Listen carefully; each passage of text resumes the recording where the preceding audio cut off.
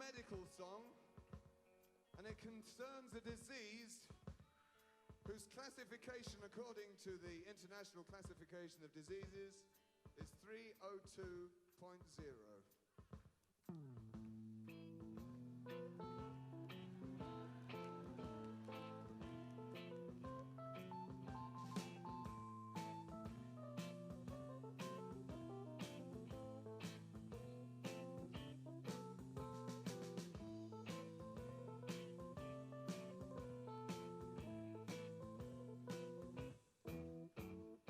British police are the best in the world.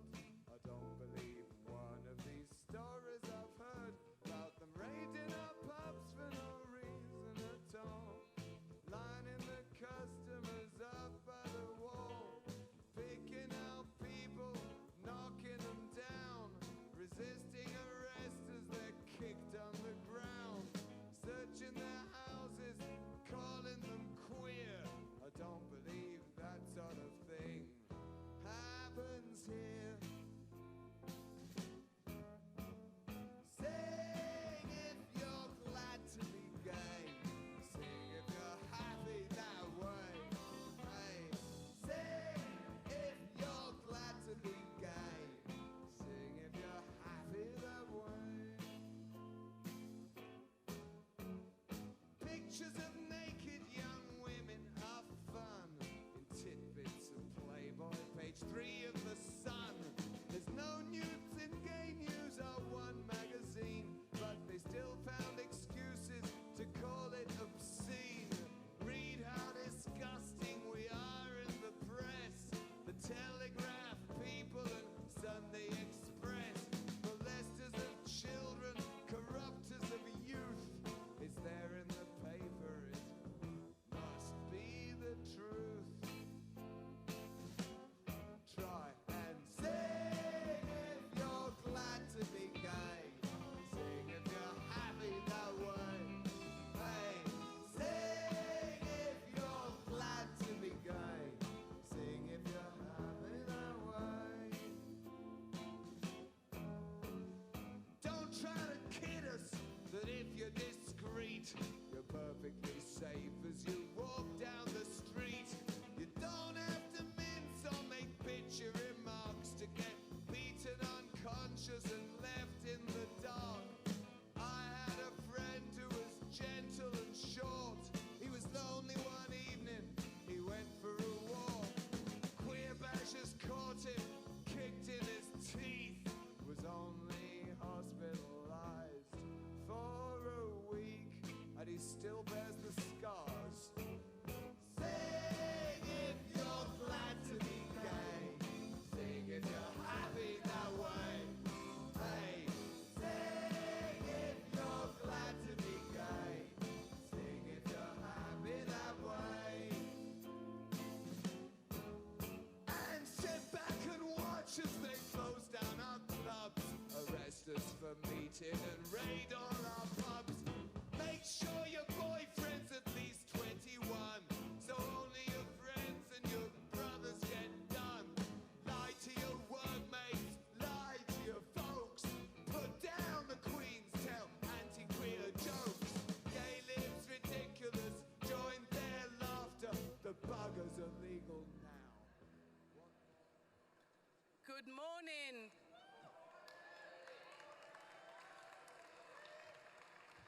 I don't think conference is ready.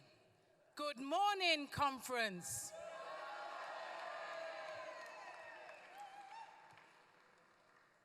Conference, welcome to day 2.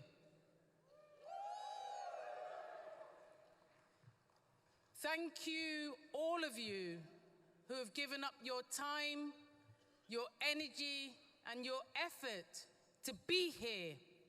I think the first round of applause goes to you. You, conference.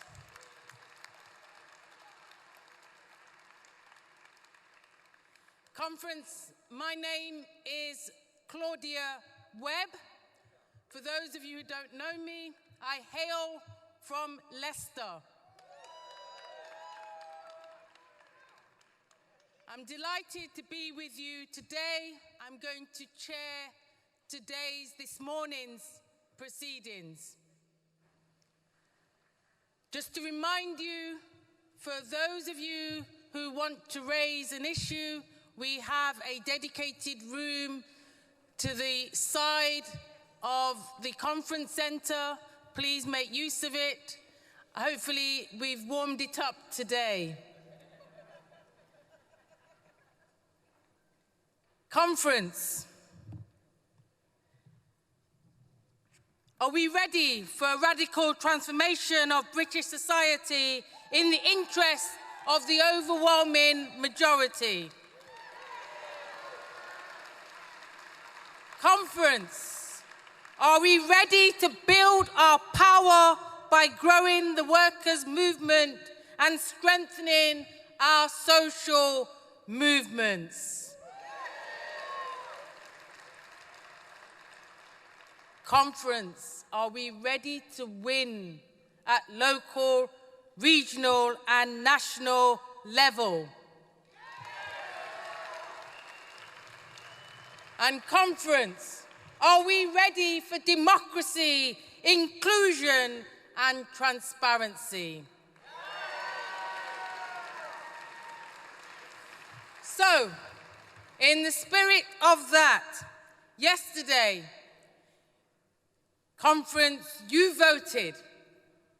You voted for a series of amendments, and I have news for you, because I have the results of those amendments. So, conference, the first results. For results of members who hold public office in Parliament cannot accept gifts, donations, or exchange of services above a certain amount or work second jobs. Conference, you voted yes. And conference, you did so overwhelmingly with 94.75% of the vote.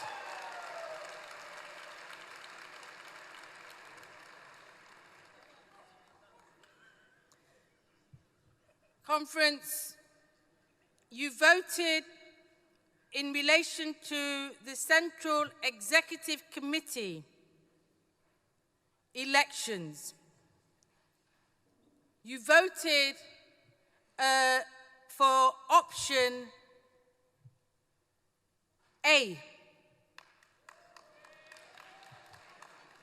You voted for the Central Executive Committee elections by 58.6%.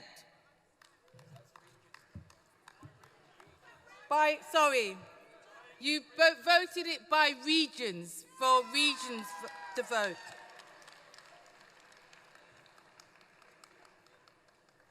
So that, just to be clear, you voted that the Central Executive Committee shall be elected by ordinary members by English regions with reserved elected member seats for Wales and Scotland likewise.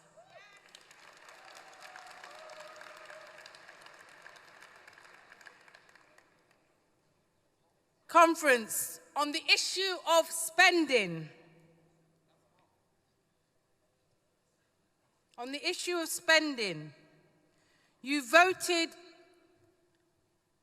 in majority for option A, that spending becomes the autonomy of branches.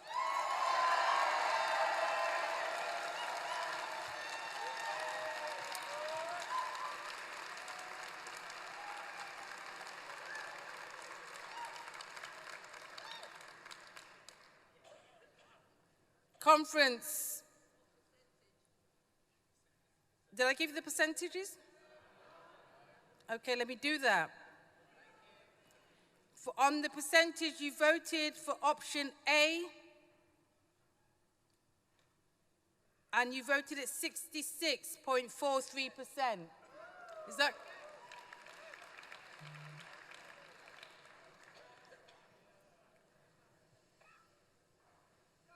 On the issue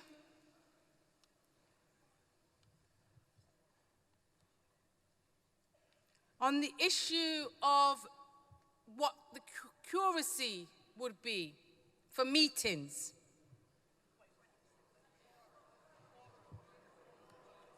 on this, you voted for option A at 20%. The accuracy is 20%, option A. And you voted there were four options, 40.94% was the majority for option A.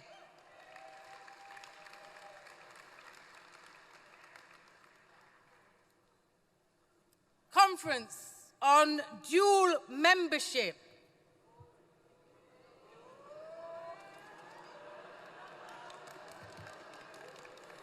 Conference, you voted for option A.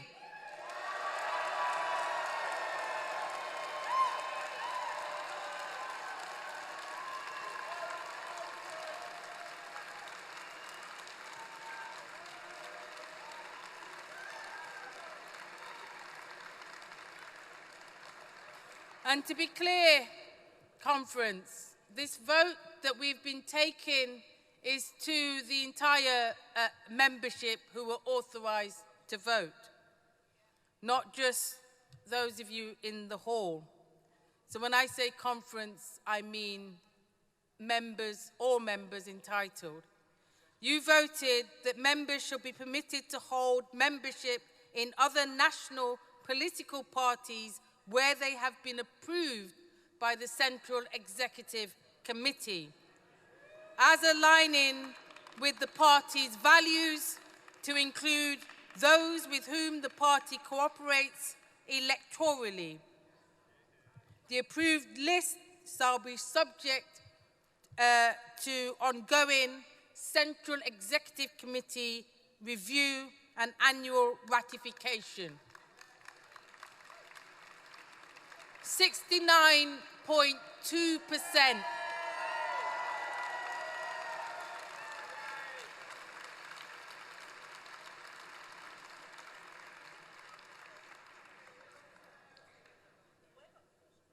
Conference on the issue of whether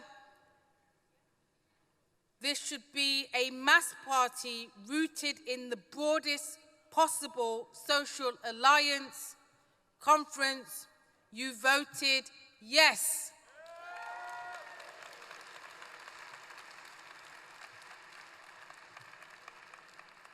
(67.9%).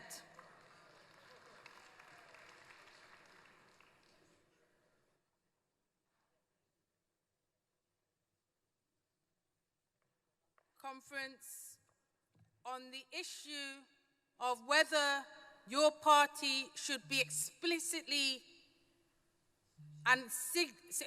signal that it's a working class at its heart of the social, at its heart. Let me read that again. Conference, you voted in relation to whether your party should explicitly signal that it is working class and that at its heart it has a social alliance it seeks to build. You voted yes.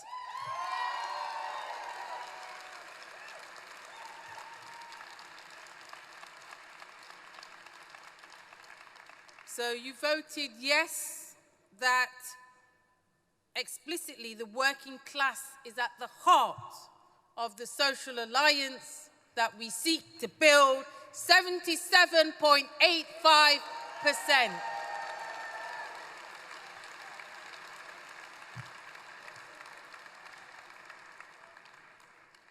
Conference,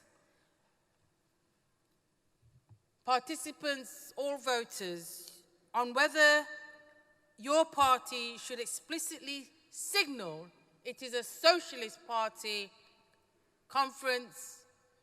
We voted yes.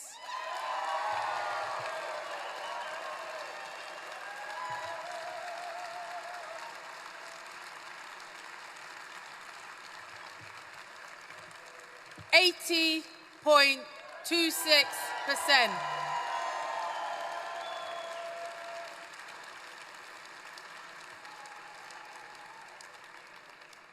And finally, conference, on the leadership model. Conference.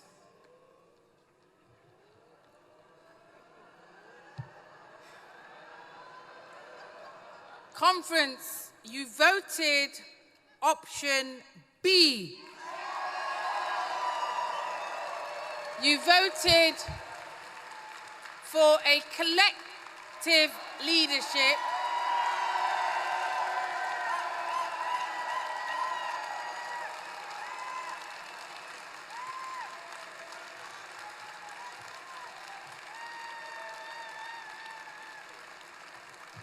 It was a narrow vote, 51.6% for collective leadership as opposed to a leader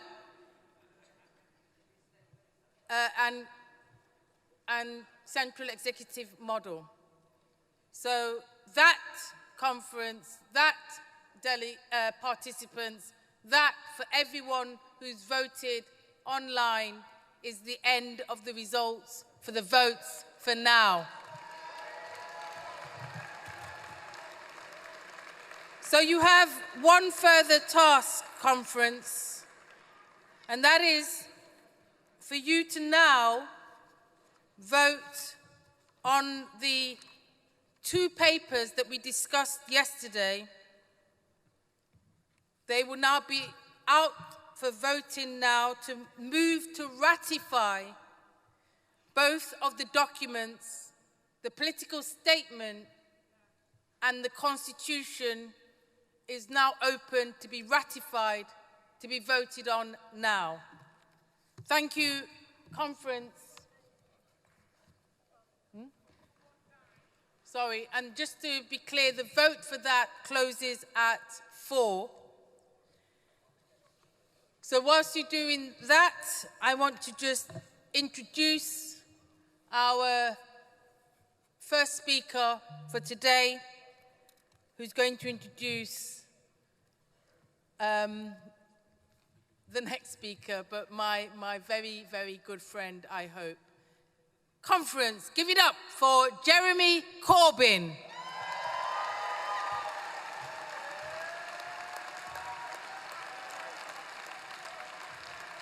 Thanks, Claudia. Thanks, Claudia. Good morning, conference. Hope you're all enjoying Liverpool.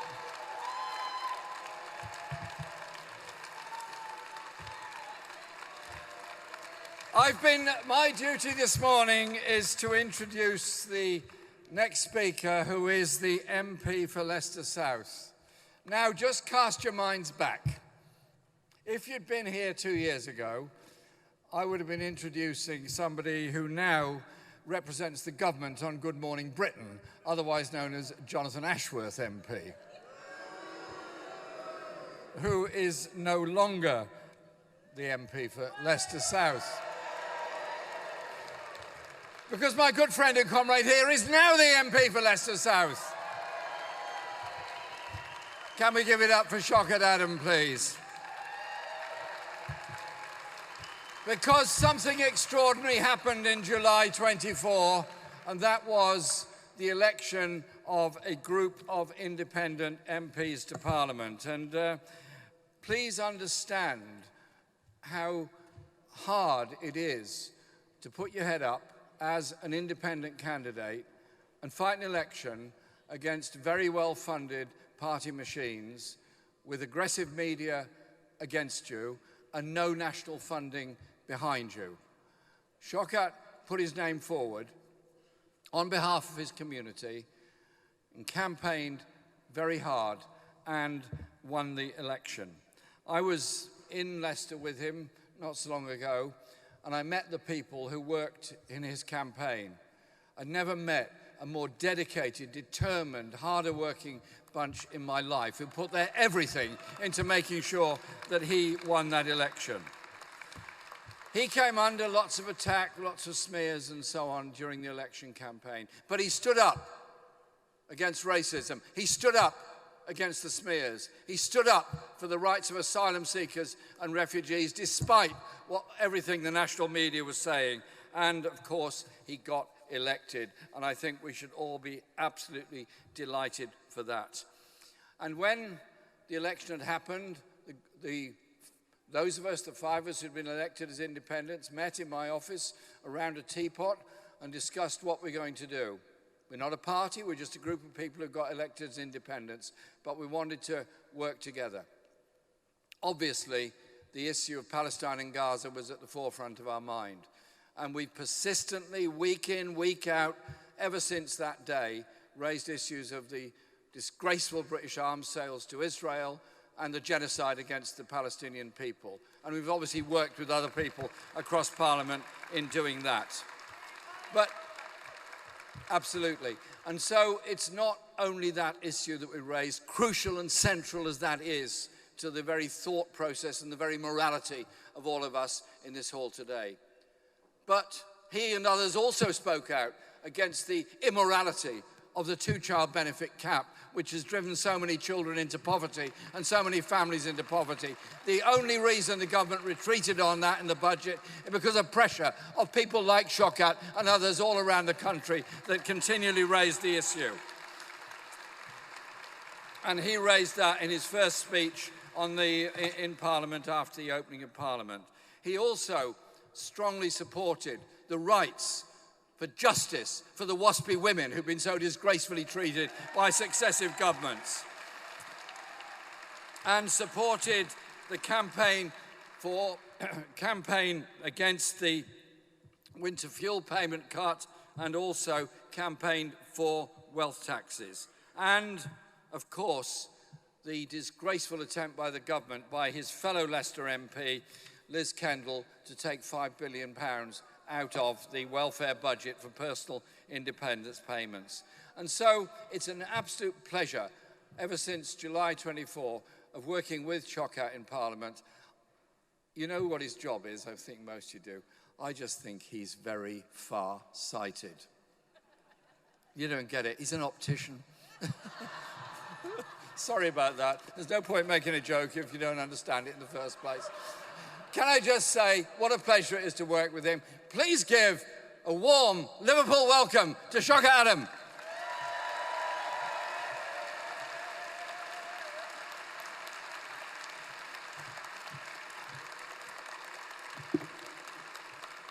Good morning, Liverpool. Good morning, Liverpool.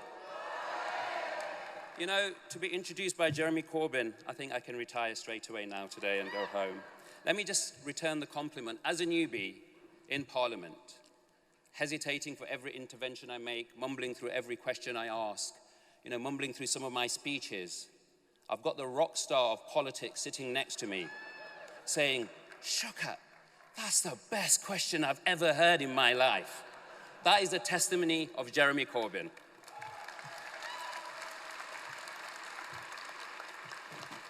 I have only a few minutes to present this speech. The wonderful organizers have got this TikTok time running through my head at the moment that I have to get through this very quickly because we've got very many important things to discuss. But the truth of the matter is this. That clock, TikTok, has been running through the courses of my veins for a very long time. Because I genuinely feel, friends, comrades, that we are running and fighting against the tide of time to save the soul of this nation that we call home. This country that took me in as a toddler, this country that nurtured me, this country that shaped me and made me who I am today, is no longer the country that I recognize, and we have to get this right to make sure it's a country that my children will want to live in. Very briefly, 16 months ago, we went to the polls. We, as a country, were given an opportunity to vote against what we have been used to for almost 2 decades: austerity, dishonesty, vanity. The selection wasn't great at the time. Some people said, in fact, it was a race to the bottom. It was no cigar, it was mostly fumes. But we went. And in the election, 29 million people casted their votes. And just over 9.7 million people voted for the Labour Party. Let me tell you what, that's a lot less than Jeremy Corbyn ever got. But at that election, there was a new movement starting. It has been known in different names, different guises: BNP, UKIP. But this time, as Reform, 4 million votes. More votes than the 3rd largest party sitting in the House of Parliament today. The chasm, the polarization. If anybody had any doubt, we were presented with clear clarity that that clock was ticking even louder. In the past year, the trust that we bestowed upon the government that we elected, the party of Attlee, the party of Bevin, the party of Ben, whose stewards now are Starmer, Streeting, Reeves, saw a year where they believed the collective punishment of the people of Gaza was acceptable. They believed that if you had more than 2 children, you should then stand up for the fact that 500,000 children in this country should be in poverty. This party believed that, you know what, we will go for our elderly and take their winter fuel payments. And once they finished doing that, they went to the disabled and said, are you disabled? Prove it. And once you proved it, prove it again next year. That's the party that's in charge now. Last summer, this country, instead of mourning the death of 3 beautiful girls in Southport, a message was sent out by people who call themselves patriots and said, you know, anybody that was foreign, anybody that looked like an immigrant, and anybody that was a Muslim, and if all 3, bingo, we need to protect our country from them. And there were riots broke out. There was a frenzy on social media. There was a frenzy on streets. Cars were overturned. Mosques were burnt. And what happened at that stage? Because of lack of strong leadership, we have seen Islamophobia rise to levels that we have never seen in this country. Just in the past couple of months, we have 2 women from the Sikh community, not just racially abused, but physically abused at the same time and sexually abused at the same time. And we've had hotels with human beings inside them being threatened to be burnt down. You know, one morning when I woke up, and it's a difficult job. Jeremy said, I don't come from a political background. Sometimes you read yourself in the mirror and in the newspapers and think, who are they describing? Kemi Badenoch, at that time, was asked that the country is burning. Do you fear the rise of the far right and the 4 Reform members of Parliament? What did she say? No, I fear those 4 Muslim independent MPs, Islamic, sectarian, aliens to the culture of this country. I tell you what's alien to my country, Kemi. It's alien to be lack of compassion, lack of justice, lack of peace, lack of wanting to get together. That's alien to my country. And let's talk quickly about refugees. Consecutive shortcomings of governments are laid at the people who are fleeing war, who are fleeing injustice, who are fleeing economic devastation through some of the decisions that we've made at the country. It wasn't refugees, as they say, that privatized our water companies. That means muck and feces and dirt are being pumped into our rivers whilst billions and billions and billions of pounds are paid in dividends. It wasn't refugees who decided that we should only build a few hospitals. And you know what? We will pay £18 billion for cost for them, but pay back £80 billion for them. No refugee asked you to do that. No refugee asked you to spend £100 billion on the HS2 and have nothing to show for it, but our prices that keep going up. And if that clock wasn't ticking, my friends, this summer, 150,000 people took to the streets of London under Tommy Robinson. Unite the Kingdom marches, apparently. Chilling warnings were sent out by speaker and speaker, and then the richest man in the world, asking them to get ready for war. My friends, I make no bones about this. I am Muslim, and I am proud. And I'm proud to be a British Muslim, and I see no contradiction between the two. But there is an existential crisis for my community in this country, and we need the solidarity and we need the support. Otherwise, no, we are not going to be used as a political football by anybody. We are proud contributors to the society of this country. You will find us in our healthcare system, in our education system, sweeping our roads, taxing our folks. In every facet of society, you will find the Muslim community. We are not a homogenous group of people. We come in all shapes and sizes. And we are British, and we will shape the future of this country. I now quickly want to talk about, we as a country are very, very proud of our moral superiority, allegedly.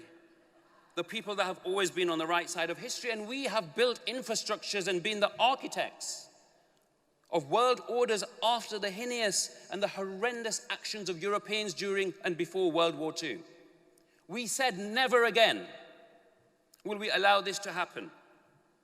But what I hear, we hear thousands died in Palestine, yeah? Thousands, 72, 80, 20, 30,000. Let me give you one name. Hind Rajab. 6 years old. Imagine just coming from a dinner with her extended family, sitting in a car, surrounded by her dead relatives who have all been shot by the IDF. She makes a plea, and that plea was to the world, was to you and I. Please come and help me. They are coming.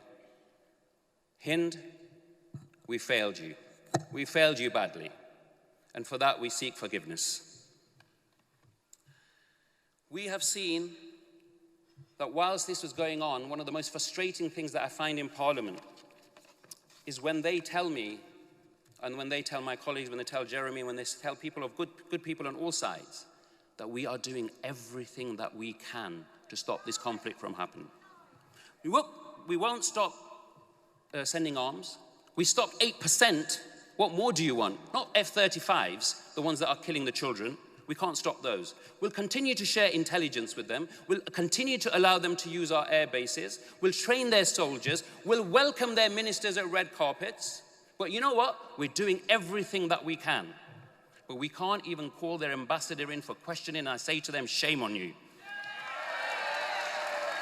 One exchange that will stand with me forever.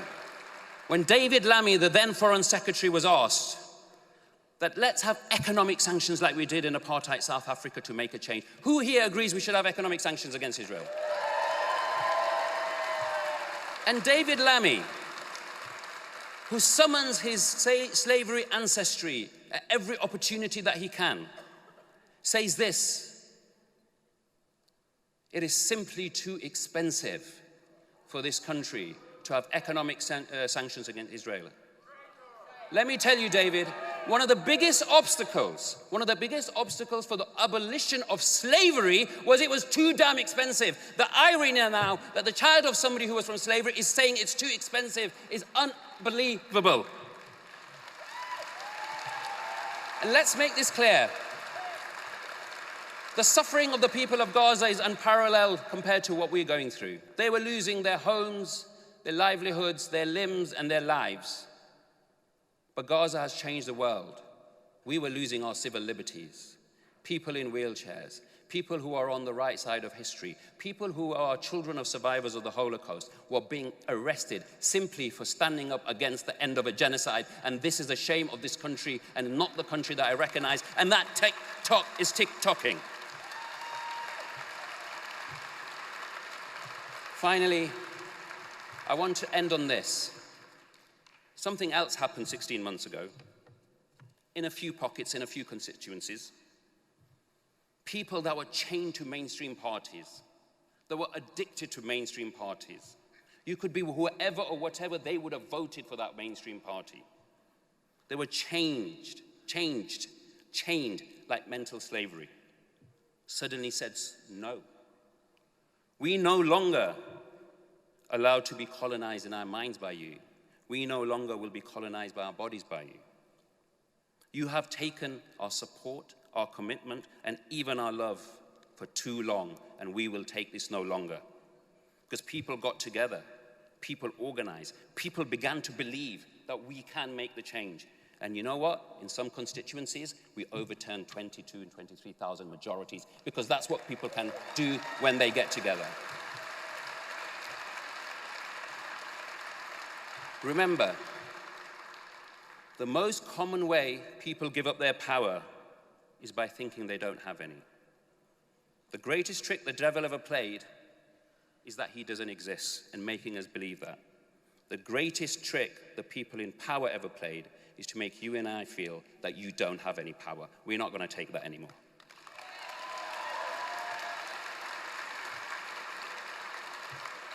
Because it is the people that change worlds. It is people that change worlds. Apartheid was not ended by W.D. Clerk. It was thousands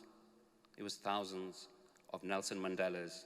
It was thousands and thousands of ordinary people like you and me that made that change. It wasn't Abraham Lincoln, it wasn't John Kennedy that ended civil racism against black people in America. No. It was Malcolm X, and it was Martin Luther King, and thousands like them that changed the world. And it wasn't William Wilberforce that ended slavery. No, it was thousands of Toussaint Louvertures and Denmark levies that changed the world. And you and I have that power to change that world. Because for every John F. Kennedy, there are thousands of Martin Luther Kings and Malcolm X's. Changes for slavery, apartheid, racial injustice, and colonizations come from people on the streets united with a common goal. We have this opportunity with the Your Party to make that change. We have to make this change. We have to make this happen. We must unite. We must not allow small differences to disunite us. We will not succeed. We have to stay united to make that change. Our country, our future depends on it. The hungry, the cold, the homeless, the children in Gaza, the mother in Sudan need this to work. As long as we can work together on principles of mutual respect, non-discrimination, and tolerance of all people of belief, of people of religion, belief, or no religions. Otherwise, we will fail, and we cannot afford to fail. We must unite this country. We must unite our differences, and we will not let our differences consume us. We will fail, and we will have let down our young and our future, and they will not forgive us. We have the power to change. We have the power to rise. We must use it, and we need to do so now before the clock stops ticking. I will end on one proverb that I used throughout my campaign, and it's a bedrock of what I do. And it's an African proverb, fittingly from where I come from. And that is this: that until the lion does not learn how to write, until the lion does not learn how to write, the hunter will always be glorified. It's time for us to pick up that pen. It's time for the lion to wake up. And we will write our own stories, and we will write our own histories. Thank you very much.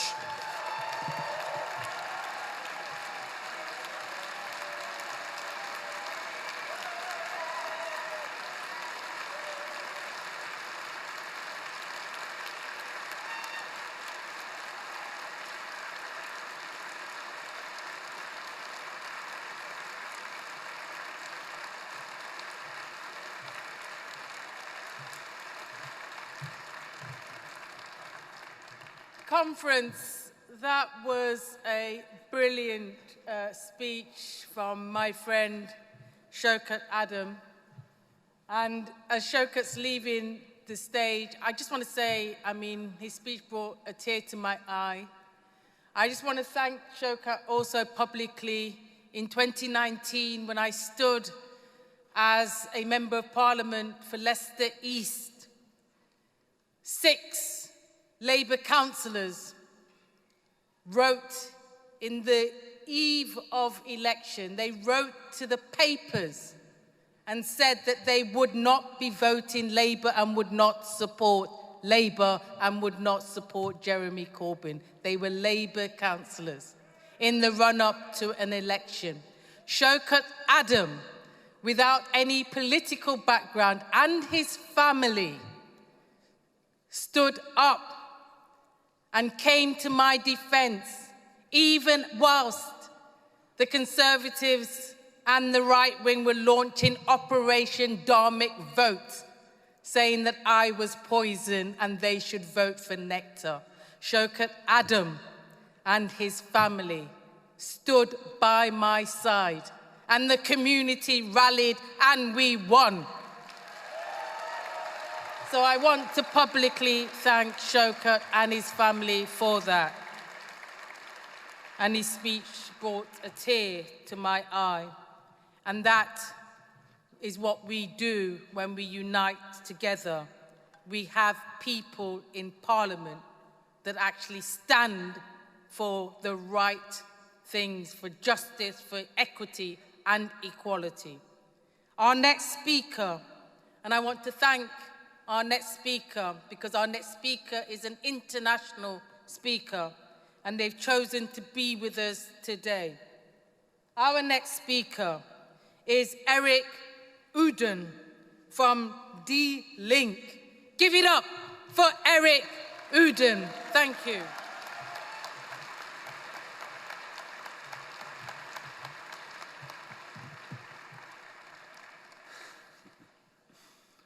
Well, dear ladies and gentlemen, and everyone in between and outside of those social categories, I believe of all the socialist parties across Europe, the German left is the last one to lecture anyone on international solidarity. Well, here I am anyway. As a representative of Die Linke, I know how rough it can be existing as a democratic socialist within a world of the subject of the contradictions of capital. However, I think through all the media defamations and other struggles, we can so easily forget how monumental this party, our conference here today, truly is. Not just for Britain, but for the whole world. Thank you. When in history have the people doing the right thing not been defamed? Their goals been described as utopian, impossible even. When have those who wanted to shake the foundation of an established power structure in exchange for something that benefits all over the few not been attacked by those few? And I'm sorry to say this, but those who want feel-good politics and defeating fascism with the power of love, our world isn't that kind. However, love is always part of the solution, and hence, within our ranks, solidarity should always be priority number one. We should live the world we want to create as well as possible within our party. Otherwise, how would people be reminded what they are fighting for? I'm going to lose some words in the documents and the conference as a whole, because these founding documents, which you've probably studied tirelessly, wrote amendments for and have now debated here for the past 2 days, lay the foundation for a new kind of politics in the United Kingdom.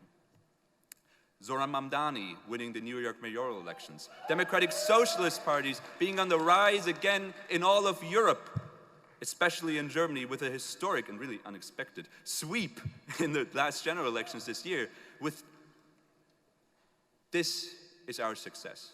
And I think a speaker yesterday made some notes about this, how our conference here today was an anniversary for the first demise of Margaret Thatcher. And at least with that, with decades of unregulated capitalism leading to the degradation of public services everywhere, people are fed up.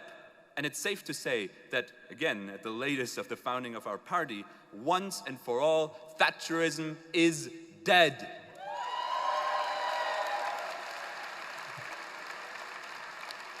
And as controversial as this may sound, this isn't a reason to celebrate right away.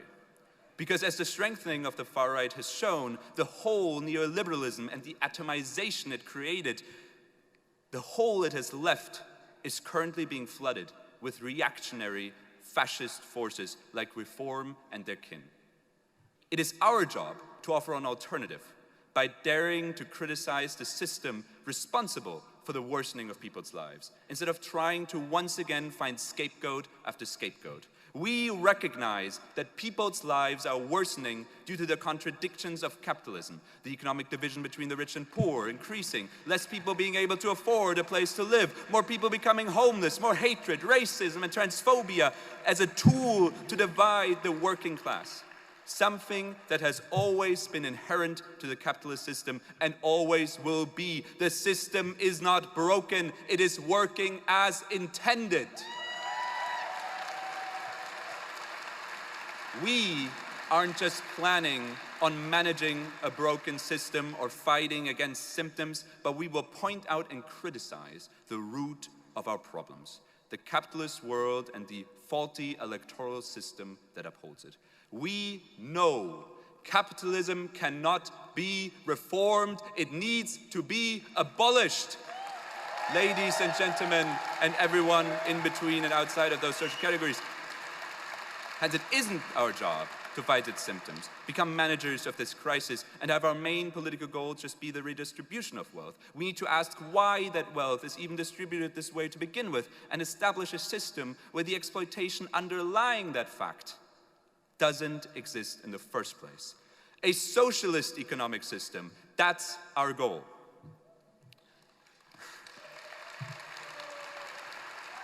I'm proud. I'm honestly proud to stand here today.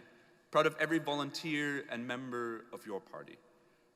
Because here, not Liverpool, but it was once deemed the core of imperialism and is now threatening the world to become the core of imperialism yet again with Blair's and Trump's plan to occupy and finish off Gaza. I am proud to have a party opposing all of that right here, right now.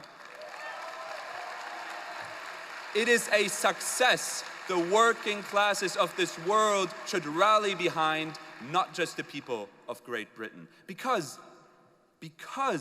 the people of Cuba would live much better if it wasn't for the global blockade. India would be rich if the United Kingdom never robbed it of approximately $45 trillion in wealth, and Kurdistan would be free. Kurdistan would be free and united as it will be again within our lifetime. Say it. Intifada, Zehildan, Palestina, Kurdistan.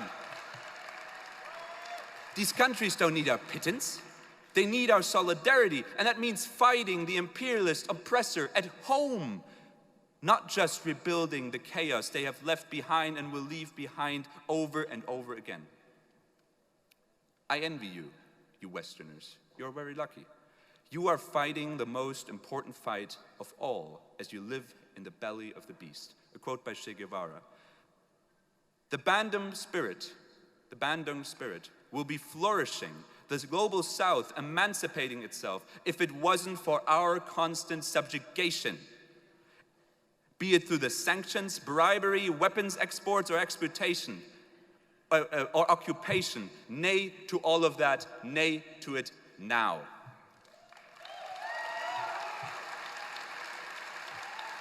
I have some interesting thoughts on terrorism. I don't know, some of you were at the eve of conferences, rallies. Okay, that's a terrible thing to say.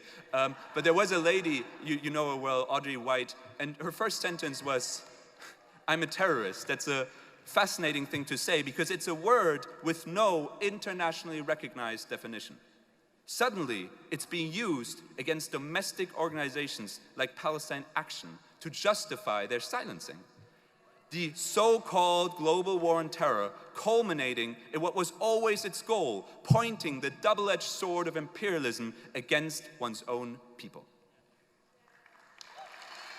And while we're on the topic, and this is a big issue in Germany as well, Islamophobia. It was always a necessity as part of the manufacturing of consent of our war efforts. It's a tool. Hatred doesn't just come out of nowhere. It's always serving a capitalist purpose. And I want us to think of this, because in Germany, in the elections, and every time, people speak of hatred, people speak of all the racism that's suddenly come up, as if it wasn't historically always that way. Okay. I think I need to hurry up a bit. But when I spoke of this party, I said our party, didn't I? Some of you may have noticed. And many people have asked me in the past months why I, as a German particularly, was such a strong supporter of this British party, or even interested in British politics at all. Now, I could respond to this, citing my many queer and especially trans friends who finally feel like they have a political home in this country. Thanks to the movement everyone here started. I could also talk about how soul-crushing Israel's genocide in Gaza is, and how this political movement allows for a glimmer of hope in an age of darkness. But let me respond to this inconsistency with a question. How many proletariats are there? 195 or just one? I believe in this party. Not because I need to know its leaders or have trust in anyone in particular. I believe in the success of this party because I understand history, because our analysis of this world is materialist, and the same logic of capital that has led to the rise of fascism back in the day is what's leading to the rise of fascism in the United Kingdom today. The contradictions of capitalism are coming to a maximum. People will flock to the reactionary forces. Other parties will try to mimic their racist policies in a doomed attempt to recuperate some voters. And in that mess, we will be right here, ready with the solution.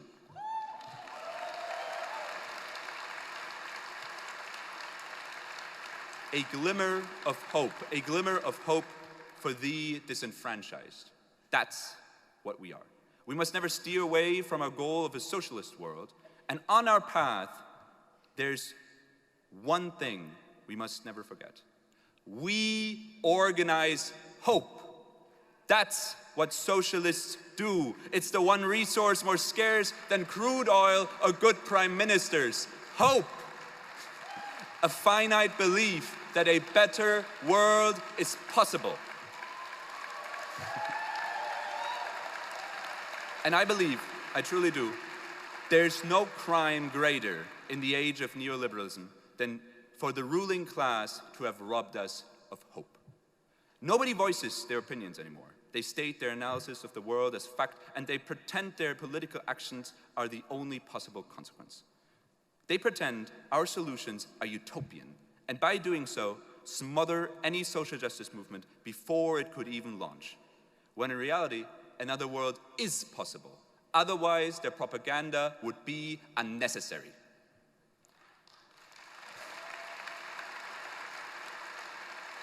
The war over hegemony, authority, and your future has been outsourced into the one space capitalism has yet to occupy, your mind. And I also believe this quote is thrown around very often. Rosa Luxemburg, she said, socialism or barbarism. Many people don't know that the quote is from her. And she also said another thing, that saying it as it is remains the most revolutionary act. And I agree, there's a lot of space for that. There's a lot of people saying it as it is. And I would offer a more modern interpretation. Having hope, despite everything, truly despite everything, must be the most revolutionary act there is. And so, with my final words, don't worry, let me leave with one message, so contemporary and yet timeless. I oppose genocide, and I support any action against it.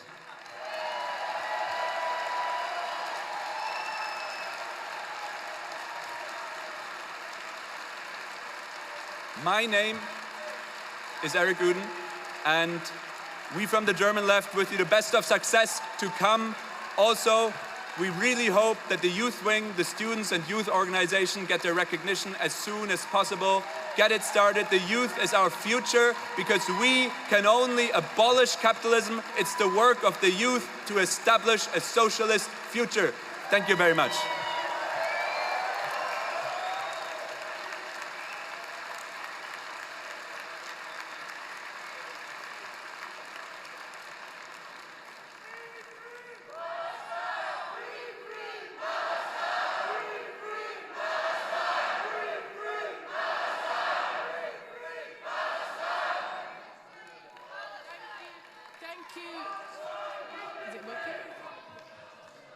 Okay. Thank you, conference. Thank you, Erik. That was brilliant. The future is great. Thank you for all that you do in the German left. And we have a lot to do here. So, conference, participants, we are moving into business. Organizational strategy to move the paper. Can I introduce Genevieve Grant to move our paper on organizational strategy? Give a big round of applause for Geneva Grant. Thank you.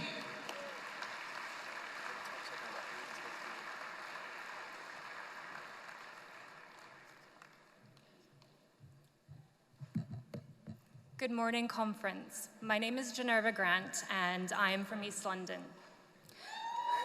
Yeah, East London represent. I am not a councillor. I don't have a special job. I am one of the many struggling to find work because of Keir Starmer's policies on visas and immigrations. I am a regular party member like so many of you, and proof that your party is a party that strives to hold up the voice of its members. I am endlessly shocked to be standing here in front of you today because I never thought that speaking at a political conference was for someone like me. I've broken my back in retail most of my life. My mum, the most amazing and